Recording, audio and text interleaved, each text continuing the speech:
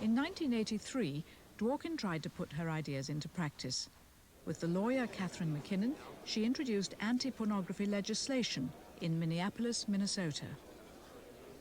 We went to the city council and we said to them that pornography violates the civil rights of women, that the kind of hate in it leads to a kind of aggression against women and bigotry against women that keeps us from being able to be full citizens. And the City Council of Minneapolis said, "Can you write a law that says that?" And we said we sure could, and they hired us to do it. The ordinance, as we call it, was an amendment to the city's civil rights law. And what the ordinance did was to define pornography in the simplest possible way. It said that pornography is the graphic, sexually explicit subordination of women to men. The Dworkin-McKinnon anti-pornography ordinance would allow a woman who was harmed and who could prove she was harmed by pornography the chance to go to court and try and get some kind of legal redress for that. And it's a civil remedy, which would mean that she would possibly get some kind of damages, money for counseling perhaps, or an attorney fees, things like that. But it's not any kind of prior restraint saying that pornography can't be made.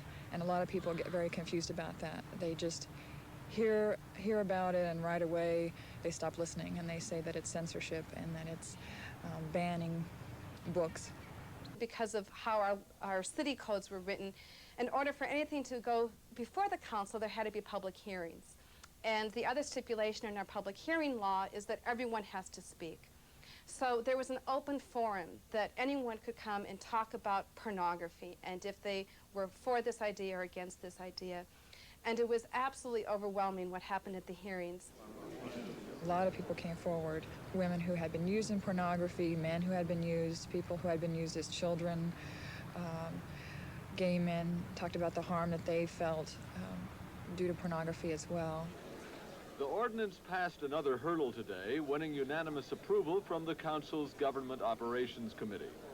What we will be doing here in passage of this is, whether it works or not, whether it fails in the years to come, we're, as a group, as a council, grabbing the foot of the tree and shaking the branches for the whole nation to let the nation know that the city of Minneapolis is concerned about pornography and what it does to women, men, and children in our society.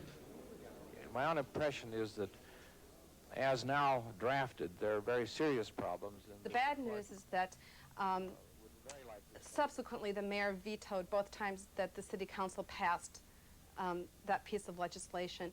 And the good news is that we absolutely changed forever the whole discussion about what pornography is in this country. For the first time, it was perceived that pornography was not a victimless field of entertainment. The development of the civil rights ordinance against pornography in Minneapolis really brought in a kind of a new age for us in fighting pornography. And I think that's all of us, you know, those of us who are against pornography and those of us who are for pornography all live in a new world.